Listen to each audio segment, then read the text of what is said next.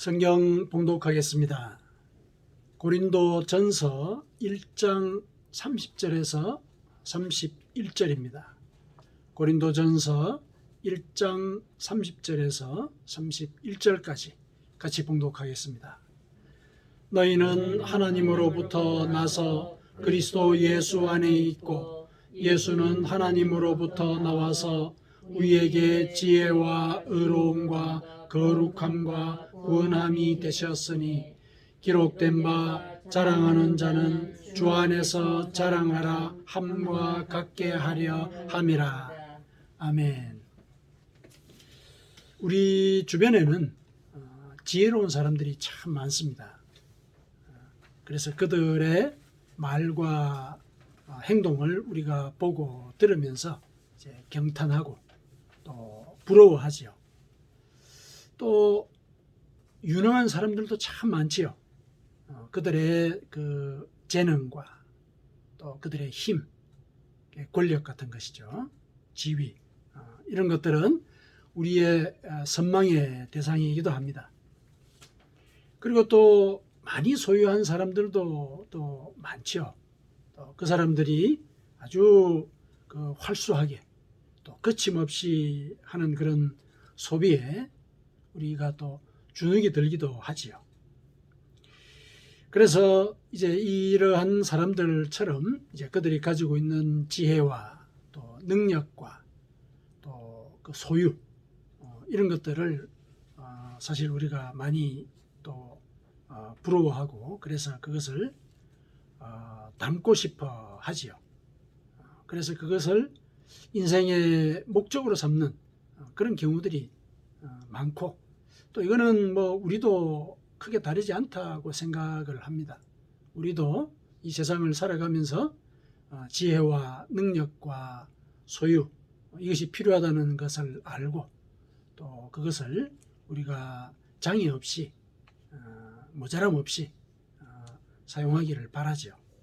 그래서 이것을 우리가 일상을 살면서 이제 추구를 하게 되는데, 다 이제 이렇게 이런 목적을 갖고 이렇게 살다가 보면은 우리는 소위 이제 하나님을 믿는다라고 하는 사람들인데, 하나님을 믿는 자로서 그러면은 모든 사람들이 보이는 이런 경향, 물론 우리도 포함해서 똑같이 이제 그와 같은 성향을 보이긴 하는데, 이런 성향과 어떤 차별점이 있는 것일까?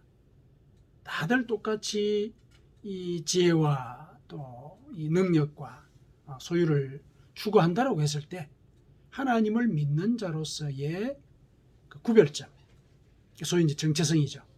하나님을 믿는 자로서의 정체성, 그거는 뭘까? 그것을 우리가 한번 되새겨 볼 필요가 있겠습니다. 왜냐하면 다들 그렇게 사니까요. 우리를 포함해서. 그때 내가 하나님을 믿는다는 것이 무엇일까? 이걸 한번 돌아보자는 것이죠. 그래서 오늘 본문을 함께 묵상을 하면서 우리의 정체성을 되새기고 하나님의 뜻을 따르는 자로서 이 소유와 능력과 이 지혜를 또 어떻게 구할 수 있을까? 이것도 같이 한번 살펴봤으면 좋겠습니다. 오늘 본문은 바울 사도가 이제 고린도 교회의 교인들에게 신앙생활의 지향점이 무엇이어야 하느냐, 이것을 일러주는 그 말씀 가운데 일부입니다.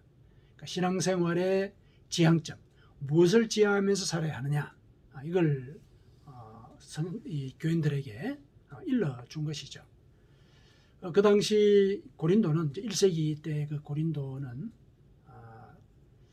뭐 그리스 문화의 사실은 그 본산이죠. 항구 도시이기도 하고 또 항구 도시이다 보니까 문물의 교류가 활발하죠. 여러 사상이나 또 물자들 이런 것들이 그 속에 풍부하게 유통이 되는 그런 곳이었단 말이죠. 그래서 한편으로는 성적으로 굉장히 문란한 그런 측면들도 있었습니다. 성적으로 문란해서 그와 같은 일들에 대해서 바울이 직접 경고를 하기도 했는데요. 이제 문제는 사회의 분위기가 전반적으로 그러하다 보니까 문물이 이렇게 여러 가지 사상이나 생각들이 다양하고 또 자유롭고 또 도덕적으로도 다소 이렇게 경계가 느슨한 이런 분위기에 사람들이 살다가 보니까 교회도 영향을 받는 거예요. 그러니까 교회 속에서 이제 우상 숭배가 적발이 되고 또 분파가 그 속에서 생기고 또 음행을 한 그런 경우들도 생기고 이런 일들이 교회에서 이렇게 바울 사도에게 전달이 되는 거예요. 이런 일들이 벌어지고 있습니다. 그래서 그 얘기를 듣고 그 일에 관해서 이제 경계를 하는 그런 말로 바울 사도가 이런 말을 전한 것이죠. 사회 분위기가 그러하다 보니까 하나님을 믿는다라고 하는 사람들도 그 분위기를 따라가고 있었다는 것이죠. 그래서 바울 사도는 하나님을 믿는다는 것이 무엇이냐, 하나님을 믿는 자로서의 정체성은 무엇이어야 하느냐, 이거를 일러주고 있다, 이렇게 생각을 할 수가 있는 것이죠. 바울 사도는 이제 뭘 먼저 지적을 하느냐면은 30절에 보니까 너희는 하나님으로부터 나서, 이렇게 얘기를 하고 있죠. 너희들은 하나님으로부터 난 자들이다. 먼저 이렇게 얘기를 합니다. 하나님으로부터 났다라는 이 얘기는 30절 그 앞절에 보면은 왜 하나님으로부터 났다라고 얘기를 하냐, 그 이유가 나와 있습니다. 하나님으로부터 났다라고 이야기를 하는 그 근거 중에 1장 28절에 세상에 천한 것들과 멸시받는 것들과 없는 것들, 이런 것들을 다 이렇게 부르셨다는 거죠.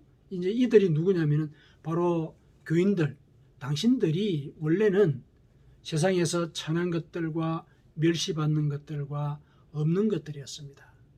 그런데 당신들을 택해서 있는 것들을 폐하려고 여러분들을 하나님께서 부르셨습니다. 이렇게 얘기를 하는 거죠.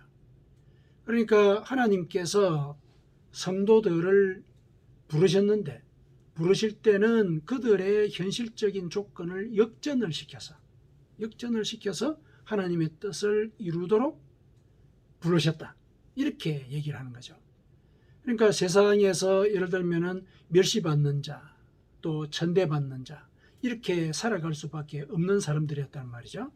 근데 세상의 이 질서나 세상의 조건이라고 하는 것은 멸시받는 자, 그거는 계속 멸시를 받아야 된다. 구조가 그런 거죠. 그러니까 하대하는 사람은 계속 하대하기를 원하고, 하대받는 사람은 그 하대받는 그 조건으로부터 벗어나기가 상당히 어려운 이런 상황, 이게 세상의 그런 구조이지 않습니까? 그런데 그런 구조를 하나님께서 깨뜨리시고 역전을 시켜서 그와 같은 구조 가운데서 참된 자유와 또 귀하게 대접을 받는 그런 자리로 성도들을 부르셨다. 이거는 그 성도들의 어떤 노력을 통해서 이루어진 것이 아니다. 당연히 그렇겠죠. 세상의 이 조건 자체가 하대하는 자는 계속 하대하고, 하대받는 자는 계속 하대받도록 구조화되어 있는 게 세상 그런 삶의 과정이니까. 그러니까 이거는 우리의 능력으로 그런 일들을 이루어냈다, 이게 참 어려운 일이죠. 그리고 물론 이제 개인의 능력에 의해서 그런 일들을 이루어내는 그런 경우들이 있기는 있지만은 지금 바울 사도가 중점을 두고 하는 얘기는 영적인 차원에서 그런 얘기를 하고 있죠. 영적인 차원에서. 그러니까 죄와 죽음의 사슬에 매여서 억눌려 있는 여러분들을 하나님께서 부르셔서 자유를 주시고 하나님의 이 자녀가 되는 그런 자리까지 여러분들을 올리셨습니다. 이런 얘기를 하는 것이죠.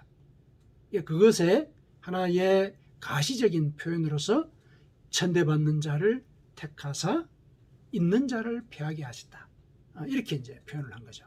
그러니까 하나님께서 여러분들을 불러서 이 자리에 오게 하셨기 때문에 여러분들은 하나님께로부터 난 자입니다, 이렇게 얘기를 하는 거예요. 하나님이 아니면은 여러분들은 이 자리에 올 수가 없습니다. 여러분들은 하나님이 부르신 자라는 사실을 기억하십시오. 이걸 먼저 바울 사도가 얘기를 했죠. 그렇게 해서 하나님께로부터 난 자라는 사실을 먼저 일러주고 있으면서, 자, 그러면은 하나님께로부터 이렇게 난 자들은 또 어떤 특징을 갖고 있느냐? 그리스도 예수 안에 있다. 이렇게 또 이어서 설명을 하고 있죠. 그리스도 예수 안에 있다. 그리스도 예수 안에 있다라고 했을 때 어디 안에 있다라고 얘기하는 것은 이제 원칙을 이렇게 지키는 그런 상황, 그리고 보호, 이런 것들을 연상하게 하죠. 어디 안에 있다라는 것은 우리가 그 원칙을 지킨다. 그 다음에 누군가의 보호를 받고 있다. 이런 이제 상황을 우리가 연상을 할 수가 있잖아요. 그러니까 예수 안에 있다라는 얘기는 우리가 그분의 말씀을 지키고 그 말씀의 보호를 받고 있다. 이런 의미죠. 그리고 그분의 품에서 진리의 가르침을 받고 또 인생의 공고한 짐으로부터 평안을 얻는 그런 이 보호의 은혜를 받고 있다. 그게 이제 이 그리스도 예수 안에 있다라는 것의 표시이다. 이렇게 이제 얘기를 해주죠. 자, 이렇게 예수님께서 우리를 보호를 하고 계시고 또 보호하는 그런 상황으로 하나님께서 우리를 부르셨다. 그것도 나의 현실의 조건을 역전시켜서, 그리고 영적인 조건을 역전시켜서 나를 부르셨다. 그렇다면 내가 지금 있는 이 자리, 그리고 이 시간이 내 힘으로 된 것이 아니다. 이거는 내가 자랑할 일이 아니다. 이렇게밖에 이해할 수밖에 없죠. 그래서 31절에 왜 하나님께서 여러분들을 이 자리로 부르셔서 그리스도 예수 안에 있게 하셨는가? 그거를 묵상을 해볼 때 여러분들은 자랑할 것이 없다는 사실을 기억하십시오. 다 하나님의 은혜로 이 모든 구원의 길이 마련이 된 것입니다. 이 사실을 얘기를 해주고 있습니다. 바울 사도는 고린도 교회에 있는 그 교인들이 그 세상의 풍속을 따르고 영향을 받아서 자신들의 그 행위를 합리화하는 그런 어떤 태도에 대해서 이렇게 먼저 실은 경고를 하는 것이죠. 여러분들의 능력으로 이 자리에 있게 된 게 아닙니다. 그리고 실제 여러분들이 지금 누리고 있는 그 하나님 안에서의 그런 지혜와 또 능력과 소유, 영적인 것이죠. 이것도 사실은 하나님이 주셨다는 거 기억하십시오. 그래야 그 기억에 의해서 여러분들이 현실적인 삶에서 여러분들의 행위를 합리화하는데 그와 같은 영적인 자산을 이용하지 않게 되는 것입니다. 이거 이제 얘기를 해주는 것이죠. 그래서 여러분들은 하나님 앞에서 자랑할 것이 없는 그런 존재입니다. 그래서 자랑을 한다면은 주 안에서 자랑하셔야 합니다. 이 얘기를 일러주고 있죠. 바울 사도가 이렇게 얘기를 한 것은 구약의 예레미야 선지자가 하나님의 말씀을 받아서 이스라엘 백성에게 들려줬던 그 말씀을 바울 사도가 기억을 하고 이렇게 그 말씀에 따라서, 그 말씀의 취지에 따라서 이렇게 고린도 교인들에게 얘기한 것이 아닌가 이렇게 추정을 합니다. 왜냐하면 예레미야 9장 23절에 하나님이 예레미야를 통해서 이렇게 전하라고 얘기를 하셨어요. 예레미야 9장 23절에 보니까 지혜로운 자는 그의 지혜를 자랑하지 말라. 용사는 그의 용맹을 자랑하지 말라. 부자는 그의 부함을 자랑하지 말라. 하나님께서 이렇게 말씀을 하신 것이죠. 하나님의 말씀을 보니까 지혜와 그 다음에 용맹과 그 다음에 부유함, 이것에 대해서 지적을 하고 있죠. 이 세 가지는 우리가 세상을 살아갈 데 있어서 누구나 다 추구하는 그런 가치이고 또 누구나도 이것을 품고서 마음껏 발휘하고 싶은 그런 자질이기도 하지요. 그런데 하나님께서는 이것을 갖고 있다고 그 자체를 자랑하지 말아라. 이렇게 얘기를 하세요. 예레미야 선지자는 그 이유를 이어서 이렇게 얘기를 합니다. 9장 24절에 자랑하는 자는 이것으로 자랑할지니 곧 명철하여 나를 아는 것과 나 여호와는 사랑과 정의와 공의를 땅에 행하는 자인 줄 깨닫는 것이라. 나는 이를 기뻐하노라. 여호와의 말씀이니라. 하나님을 아는 것과 하나님의 사랑과 정의와 공의를 이렇게 깨닫는 것, 이것이 이 세상을 살아가는 데 있어서 너희들이 추구하는 지혜와 용명과 부함보다도 더 귀한 것이다. 왜냐하면 우리의 지혜와 용맹과 부함으로는 구원에 이를 수가 없거든요. 이게 세상의 가치란 말이죠. 세상적인 가치. 구원에 이를 수가 없다.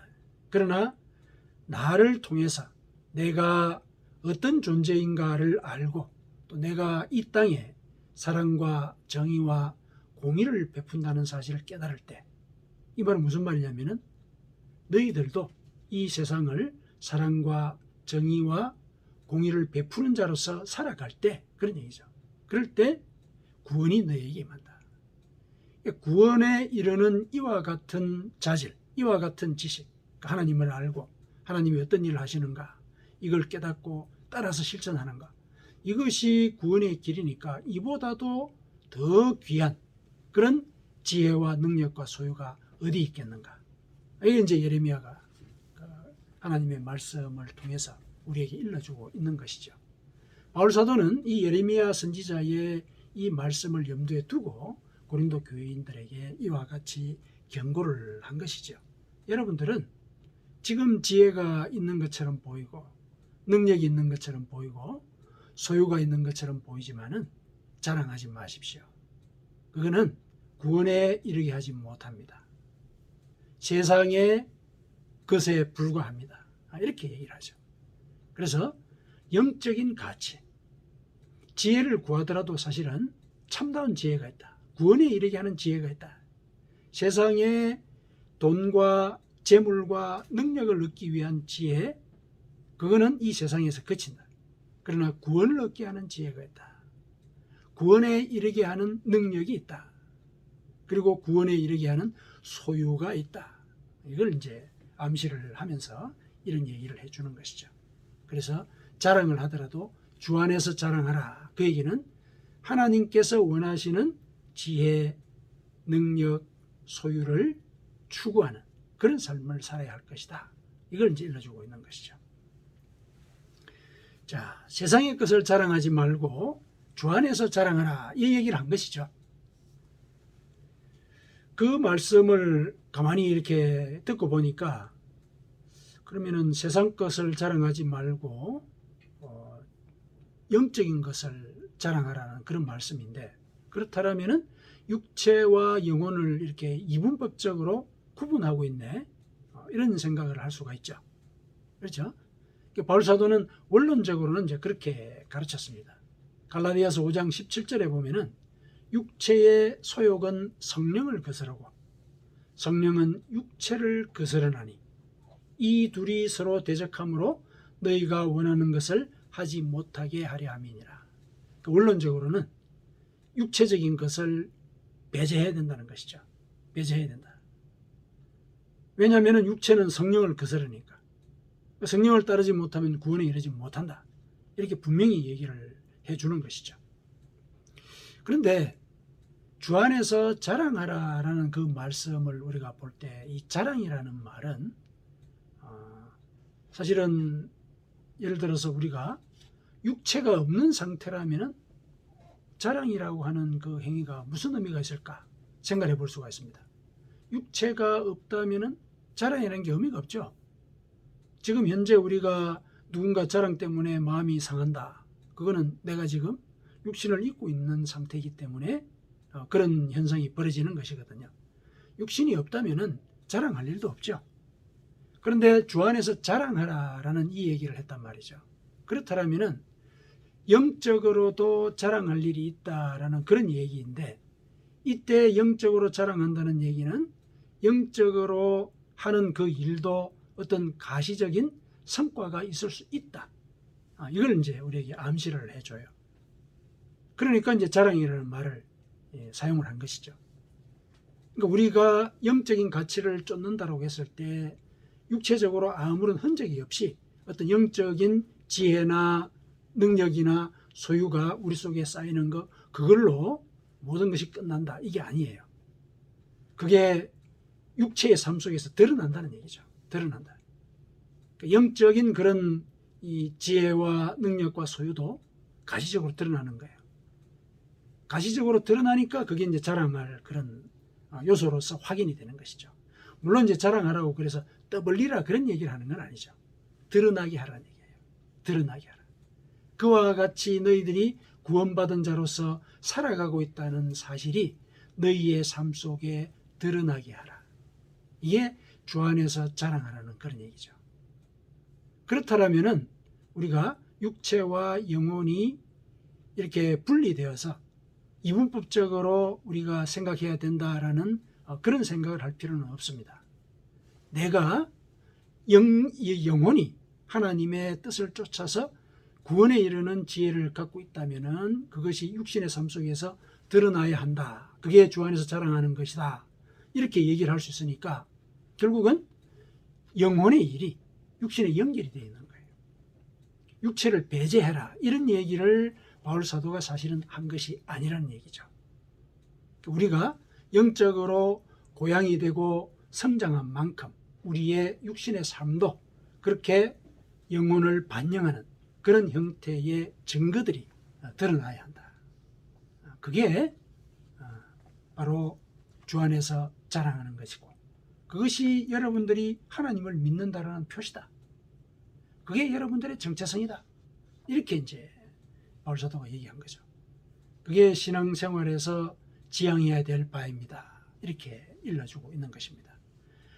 이렇게 육체의 삶을 배제하는 것이 아니다라는 걸 전제로 이렇게 얘기를 한 걸 보니까, 그러면 이제 우리가 어떻게 살아가야 할 것이냐. 결국은 우리가 영혼과 육신이 서로 조화를 이루고 영혼이 육신을 인도하는, 영혼의 성숙한 상태가 육신의 삶 속에 드러나는 그런 삶을 살아야 하는 것인데, 그렇다면 신앙생활 속에서는 우리가 영적인 가치를 우선하는 그런 삶을 살아야 할 것이다. 비록 육신은 우리가 세상 속에서 살아가고 세상의 가치관에 영향을 받기는 하지만은, 또 그 삶 속에서 이 세상이 요구하는 그런 가치를 또 우리가 추구하기는 하지만은, 우리는 하나님을 믿는 자로서 하나님이 원하시는 그런 영적인 가치를 우선하는 그런 삶을 살아가야 한다. 그러니까 영혼과 육체를 그 배제와 분리의 관점에서 생각할 것이 아니라 무엇을 우선하느냐, 거기에 초점을 맞춰야 된다. 그렇게 해서 서로가 조화를 이루어서 영육이 온전히 하나님 앞에서 회복이 되는 그런 삶을 우리가 살아가야 한다. 이제 바울 사도가 일러주고 있는 내용의 주요한 요지이죠. 예수님께서도 그런 말씀을 하셨죠. 이 바울 사도 이 말은 예수님께서 미리 그 얘기를 하신 부분이 있습니다. 마태복음 6장 33절에 그렇게 얘기를 하셨죠. 너희는 먼저 그의 나라와 그의 의를 구하라. 그랬잖아요. 너희는 먼저 그랬어요. 먼저 하나님의 나라와 그분의 의로움을 구해라. 그리하면 이 모든 것을 너희에게 더하시리라. 그러셨거든요. 예수님도 영혼과 육체를 분리해서 이분법적으로 말씀을 하신 게 아니에요. 육체를 배제하라 이렇게 이해하신 것이 아니거든요. 이 모든 것이라고 하는 것이 바로 육체의 삶에 필요한 것이거든요. 그러니까 육신의 삶에 필요한 지혜와 능력과 소유, 이거 예수님께서 전제하고 계십니다. 그런데 다만 먼저 하나님의 나라와 하나님의 의로움을 구해야 한다. 그러면 이 세상에서 너희들에게 필요한 그런 지혜와 능력과 소유가 더해질 것이다. 이렇게 얘기를 한 것이죠. 우선의 문제라는 얘기죠. 그러니까 우리는 영적인 가치를 우선하는 자로서 우리가 살아가야 한다. 이걸 우리가 염두에 둬야 하겠습니다. 자, 우선한다라고 했을 때 하나님의 나라와 그분의 의로움을 먼저 구해야 되는데, 그러면 하나님의 나라와 그분의 의로움을 구한다는 것은 무슨 뜻이냐? 무슨 뜻이냐? 본문 30절에 따르면 그리스도 예수 안에 있는 것이다. 이렇게 우리가 설명을 할 수가 있습니다. 그러면 그리스도 예수 안에 있다는 것은 뭐냐? 그분과 하나 된다는 얘기죠. 그분의 말씀을 원칙으로 삼고 그분의 보호 안에 있다는 것이죠. 이게 바로 그분과 하나 된다는 것이죠. 좀 더 구체적으로 얘기하면은 그분의 말씀을 실천하는 것. 왜냐하면 그분은 말씀 자체라 그러지 않았습니까? 그래서 그분 안에 있다라는 얘기는 그분의 말씀을 우리가 깨닫고 실천하는 거예요. 그게 바로 그분의 말씀과 내가 하나가 되는 것이고, 그분 안에서 내가 함께 그분과 동행하는 그런 길이 되는 것이죠. 그분의 말씀이 내 삶 속에 체화되는 것. 그게 그리스도 예수 안에 있는 것이다. 그렇다면 우리가 늘 성경 말씀을 읽고 또 실천하려고 하는 것, 이것이 바로 하나님의 나라와 그분의 의로움을 구하는 것이다. 하나님의 나라, 그 내용은 앞서 말씀을 하셨듯이 하나님께서 예레미야 선지자를 통해서 일러주셨듯이 사랑과 정의와 공의를 베푸는 것, 그게 하나님의 나라죠. 하나님의 의는 뭐냐? 우리가 죄를 회개하고 죄의 습관을 끊는 것이죠. 그게 의로워지는 길이거든요. 그렇게 살아가는 것, 그거를 우선하면서 살 때 우리에게 소위 이 세상에서 필요한 이 모든 것, 이것이 우리에게 주어지게 된다. 이것이 예수님께서 일러주신 그런 말씀에 의해서도 이렇게 증명이 되고 있습니다. 자, 그러면은 이제 또 한 가지 우리가 앞서 생각해 볼 문제가, 자, 그러면은 이렇게 되기 위해서 우리가 할 일은 뭐냐? 무슨 일을 해야 될 것이냐? 예수님께서 그것에 대해서 이렇게 일러 주셨습니다. 요한복음 7장 17절에 사람이 하나님의 뜻을 행하려 하면, 이 교훈이 하나님께로부터 왔는지 내가 스스로 말함인지 알리라, 이렇게 얘기를 했어요. 사람이 하나님의 뜻을 행하려 하면 생명의 이 지혜를 알게 된다, 이 얘기죠. 구원의 길을 알게 된다는 것이죠. 그러니까 뭘 우리가 먼저 해야 되느냐?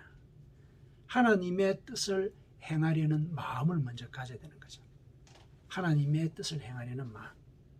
그 마음을 먼저 갖게 되면은 하나님께서 지혜를 주신다는 거예요. 하나님의 뜻을 깨달을 지혜를 주신다.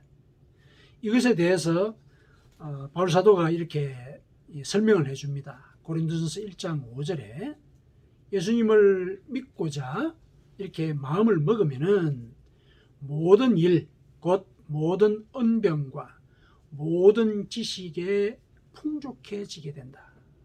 지혜를 얻게 된다는 것이죠. 지혜를 얻게 된다. 그러면은 그 지혜를 통해서 하나님의 교훈을 깨닫게 되겠죠. 그렇게 되면은 그리스도의 증거가 견고하게 된다. 고린도전서 1장 6절 7절에 이어서 이렇게 얘기해 줍니다. 견고하게 되어, 그리고 모든 은사에 부족함이 없이 우리 주 예수 그리스도의 나타나심을 기다리게 된다. 이것이 우리가 하나님의 나라와 그분의 의로움을 구하게 되는 과정에서 일어나는 일이다. 이제 바울 사도가 설명을 해주고 있는 것이죠. 먼저 우리가 하나님의 뜻을 행하려 하면 마음을 갖는 거죠. 하나님의 뜻을 쫓아야 되겠다. 성경 말씀을 읽어야 되겠다. 이런 마음을 갖게 되면 읽게 하시고 또 읽는 과정에 지혜를 주신다는 얘기죠. 물론 이제 시간이 걸립니다. 시행착오도 있겠죠. 내려놨다가 다시 봤다가 이런 경우도 있겠죠. 그러나 이 마음을 잃지 않는 것, 이게 중요한 것이죠. 그러면은 성령이 역사를 하십니다. 그래서 깨닫게 하시는 것이죠. 그래서 말씀을 깨닫게 되면은 우리가 그 말씀대로 살아야겠구나, 실천으로 가는 것이죠. 그 실천을 하게 되면은 내 삶 속에 그리스도의 증거가 견고해지는 거죠.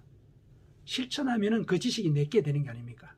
내가 아는 바를 실천했을 때 그 아는 바는 내게 되거든요. 우리가 성경을 통해서 그리스도의 은혜를 배운단 말이죠. 그러면은 우리가 성경에서 가르치는 대로 생활을 하다가 보면, 실천을 하다 보면 그 그리스도를 믿는다는 것의 증거가 내 속에 견고해지는 것이죠. 그렇게 되면 그리스도가 내 속에서 일을 하세요. 하나님이 내 속에서 일을 하신단 말이죠. 그러면은 모든 은사의 부족함이 없어지게 된다. 예수님께서 얘기하셨던 이 모든 것을 너희에게 더하시리라, 그 말씀이 응해지는 것이죠. 그 과정 속에서 우리는 그리스도의 나타나심을 기다리게 된다. 이제 바울 사도의 설명입니다. 그리스도의 나타나심. 눈앞에 그리스도가 나타난다. 이렇게 표면적으로 설명을 할 수 있는데, 이거는 결국 뭐냐? 내 삶을 통해서 예수 그리스도의 증거가 다른 사람들에게 보여진다는 거예요. 아, 저 사람은 구원을 받은 자이구나. 저 사람은 하나님을 믿는 자이구나. 예수 그리스도의 가르침을 그대로 실천하는 존재이구나. 그러니까 우리가 하나님의 말씀을 쫓아서 살고 예수 그리스도의 가르침대로 정욕과 탐심을 십자가에 못 박는 삶을 살게 되면 내 삶을 통해서 예수가 드러난다는 거예요. 예수가 드러난다. 그게 우리의 정체성이다. 그게 우리의 정체성이다.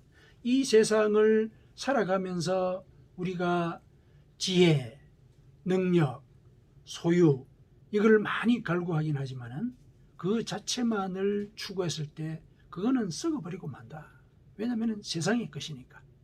그러나 구원을 전제로 영적인 가치를 우리가 먼저 구하려고 노력을 할 때, 애를 쓸 때, 마음을 바칠 때 하나님께서는 그 세상의 것들 우리에게 더해 주신다는 거죠.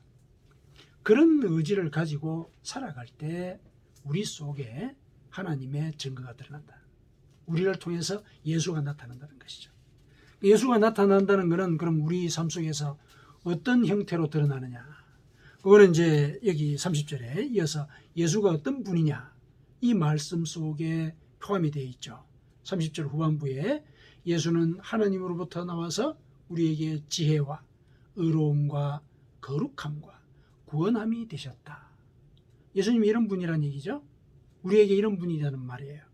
그렇다면 우리가 하나님께서 말씀하신 영적인 가치를 쫓아갈 때 우리 삶 속에서 지혜와 의로움과 거룩함이 드러나는 거죠.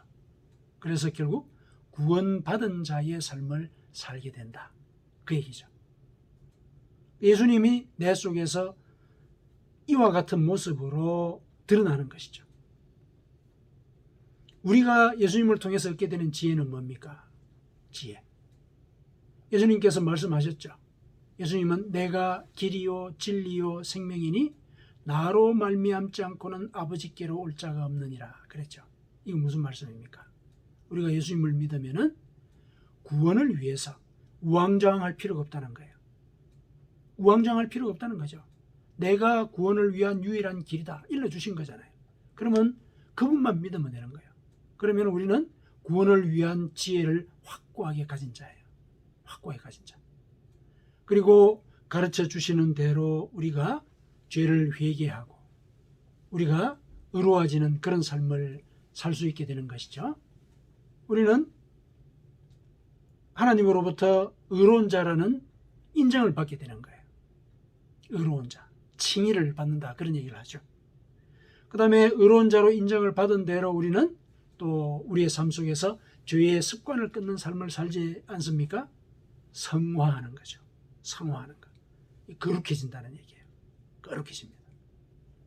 그래서 이 결국은 우리가 구원의 길로 가게 되는데 그 과정이 또 사실은 만만치가 않죠. 우리의 내면의 욕심과 정욕도 문제이지만은 우리 공동체에서 또 핍박을 하는 그런 경우도 있지 않습니까? 믿음을 지켜나가려고 했을 때 그거를 방해하는 요소들이 있단 말이죠. 어렵습니다.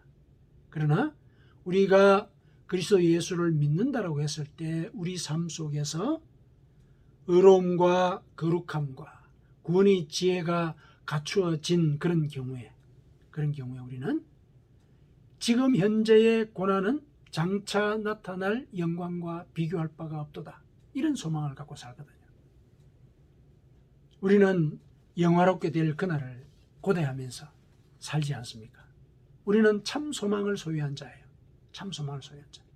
그래서 우리는 예수님이 우리 삶 속에서 드러날 때 우리는 구원받은 자로서의 정체성을 사람들에게 증명하고 또 증명하는 거죠.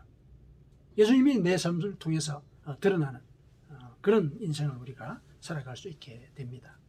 바울 사도가 고린도 교회 교인들에게 일러준 말씀의 요지가 그것이죠. 세상이 지혜와 능력과 소유를 추구할 때 겉으로는 그게 얼마나 멋져 보이고 누구나 다 이렇게 선망하는 그런 자질이고 그래서 그것을 추구하고자 하는 노력들을 많이 하긴 하지만은 하나님께서는 그것이 잘못됐다라고는 얘기하진 않으십니다. 그 선망을 인정하십니다. 그러나 다만 그것이 영혼의 구원과 관계되어 있느냐 그걸 먼저 따져봐라요. 그래서 하나님의 나라와 그분의 의로운 뜻이 뭐냐 그걸 먼저 추구해라. 그래서 그런 마음을 갖고 있으면 성령을 통해서 결국은 영혼의 구원을 이루고 영혼의 구원을 이룬 자로서 이 세상 사람들이 추구하던 지혜와 능력과 소유도 함께 누리게 해주실 것이다. 그걸 얘기를 하는 것이죠. 뭘 우선해야 되느냐. 그 우선하는 그것이 우리의 정체성이 된다. 이걸 바울 사도가 오늘 본문을 통해서 우리에게 일러주고 있습니다. 사랑하는 성도 여러분, 우리가 하나님의 뜻을 쫓는 자라는 사실, 이 세상의 여러 가치 가운데서 하나님의 영적인 가치들, 하나님의 나라와 그분의 의로움을 구하는 것, 이걸 먼저 우선하는 자라는 것, 이것을 기억을 하십시다. 그래서 우리가 마음을 바칠 때 성령님을 통해서 우리가 하나님의 나라를 이루고 또 그분의 의로운 뜻을 쫓아서 우리가 의로워지는 그런 단계로까지 우리는 역전되는 그런 삶을 살아갈 수가 있게 됩니다. 하나님께서 우리의 삶을 구원의 과정으로 인도하십니다. 우리 능력으로 되는 게 아니에요. 우리가 마음을 바칠 때 하나님께서 우리를 인도하십니다. 그래서 우리의 삶으로부터 그리스도가 나타나는 그런 역사를 우리가 이루어 나가야 하겠습니다. 사랑하는 성도 여러분, 명철해서 하나님을 알고 하나님의 뜻을 쫓아서 사랑과 정의와 공의를 행하는 삶을 평생 살아가시기를 축원합니다. 아멘.